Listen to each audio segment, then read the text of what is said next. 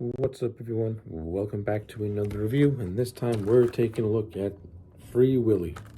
It is really hard to believe that Free Willy is going to be 30 years old next year. I remember when this movie first came out, I watched it religiously as a kid.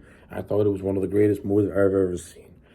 Now, obviously, Free Willy is not a high art movie or a high concept movie, but when you rewatch Free Willy now, almost 30 years later, it's still a movie that brings you back to those simple times in your life. Free Willy is a movie of a basic premise. There's this kid named Jesse who is an outlaw, outcast, orphan, always on the run, always getting into trouble. One day, he and a friend, on a run from the cops, take a hiding place in this adventure park while doing graffiti. He accidentally gets scared by a killer whale, but he instantly becomes fascinated by it. And after he gets caught by the police, his parole is to pretty much clean up the mess he made. While cleaning up this mess, he befriends the killer orca whale named Willy. And from then on, pretty much a bond is formed between the two.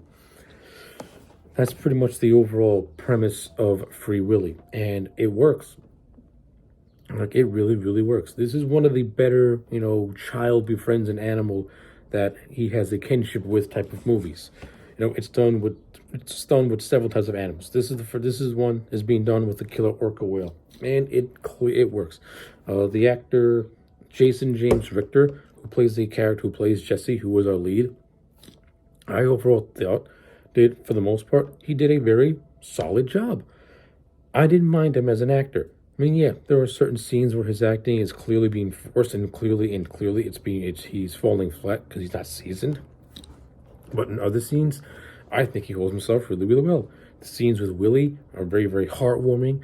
Them bonding is very fun to see, and the fact that the both of them are pretty much orphans, since Willy is a wild animal who was pretty much being held captive in this aquarium. Like, there's a kinship between the two. Like, the movie did a really good job at paralleling Willy and Jesse, making them very, very similar, come from very, very similar backgrounds. And that's why Willy is more open to being more open around Jesse than he is around everyone else in that park. And I liked it. I thought that was handled really, really well. Really, really well. And I enjoyed his Richter's scenes with Randolph, who was like this wise Indian guy who works at the park, Lloyd Petty, who was a trainer at the park, and the Greenwoods played by Michael Madsen and Jane Atkinson's. I like the scenes when Jesse's interacting with those actors as well. The scenes where he has to act angry and where he has to do emotion. Those can be hit and miss. They can come across as really, really forced, and other areas they can come across as natural. When he's trying to get excited or get angry, you can tell in his voice starts to crack a lot, and that he's forcing himself to get into and that he's forcing himself. But to his credit, the young actor tries, and like I said, for the most part, I thought he did a very solid job. The overall supporting cast in this movie I thought was rock solid. The actor who played Randolph, I actually like the character of Randolph. He comes across as like this wise mentor to Jesse, and it's pretty much the first human friend that Jesse slowly starts to make. But the one he bonds with more is the character of Ray, played by Lloyd Petty, who ends up becoming Jesse's trainer after Willy and Jesse have their bond. Their scenes are a lot of fun to watch. The scenes with the Greenwalds, I actually really enjoy them.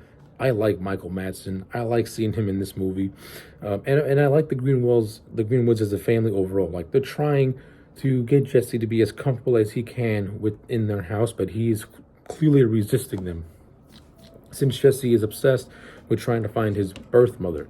But the Greenwalds overall are very good people. They're very nice people. They want Jesse in their home.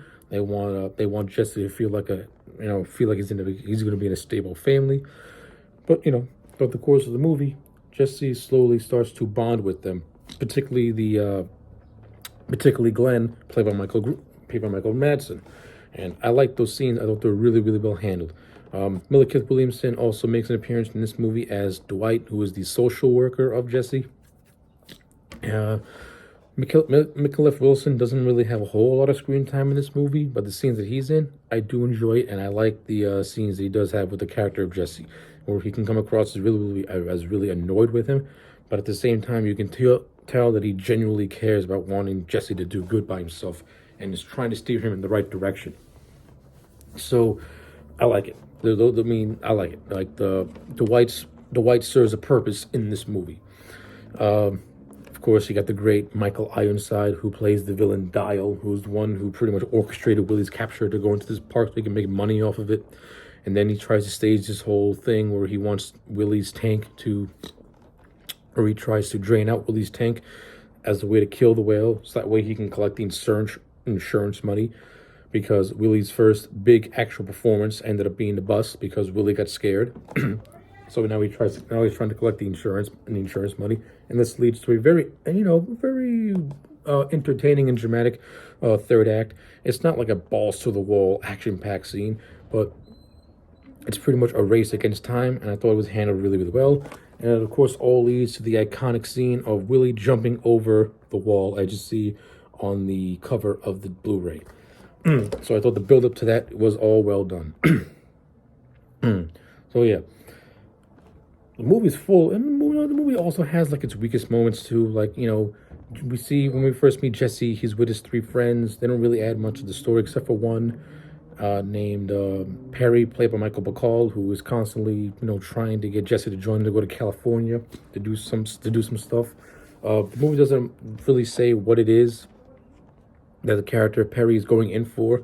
It's kind of implied that it's nothing really, that it's that could be something really bad. But the character of Perry has maybe a handful of scenes. At best.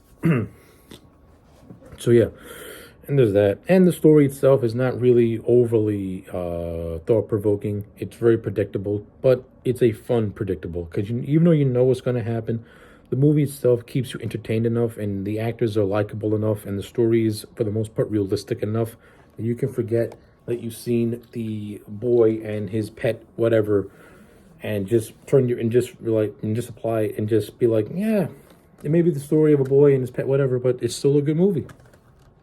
That's Free Willy. Free Willy is still a good movie. I enjoyed it a lot. And this was also, and of course, gotta like that Michael Jackson soundtrack. I will always be there. Great song. So yeah, my overall thoughts on Free Willy, gonna give it an 8 out of 10. I still like it to this day.